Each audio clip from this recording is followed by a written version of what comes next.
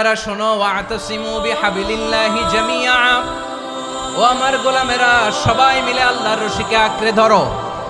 আল্লাহর রশি হলো ইসলাম, আল্লাহর রশি হলো কোরআন। আল্লাহ বললেন কোরআনকে আঁকড়ে ধরো, ইসলামকে আঁকড়ে ধরো। একা একা আঁকড়ে ধরলে চলবে না, জামিআ সবাই মিলে আঁকড়ে ধরো। এই আদেশটা আমাদের জন্য দান করেছেন কে? আল্লাহ তাআলার নির্দেশ, ওয়াতাসিমু বিহাবলিল্লাহি জামিআ, সবাই মিলে আল্লাহর রশিকে আঁকড়ে ধরো। হাবলুল্লাহ মানে আল্লাহর রশি। হাবলুল্লাহ মানে কি? রশি।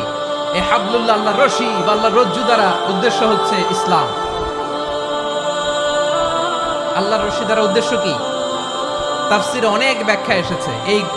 এরকম পরিস্থিতিতে তাফসিরের সূক্ষ্ম সূক্ষ্ম বিষয়গুলো আমরা শোনাতে চাই, কিন্তু পরিবেশ হয়ে ওঠে না। আল্লাহর রজ্জু বা আল্লাহর রশি দ্বারা উদ্দেশ্য হচ্ছে ইসলাম।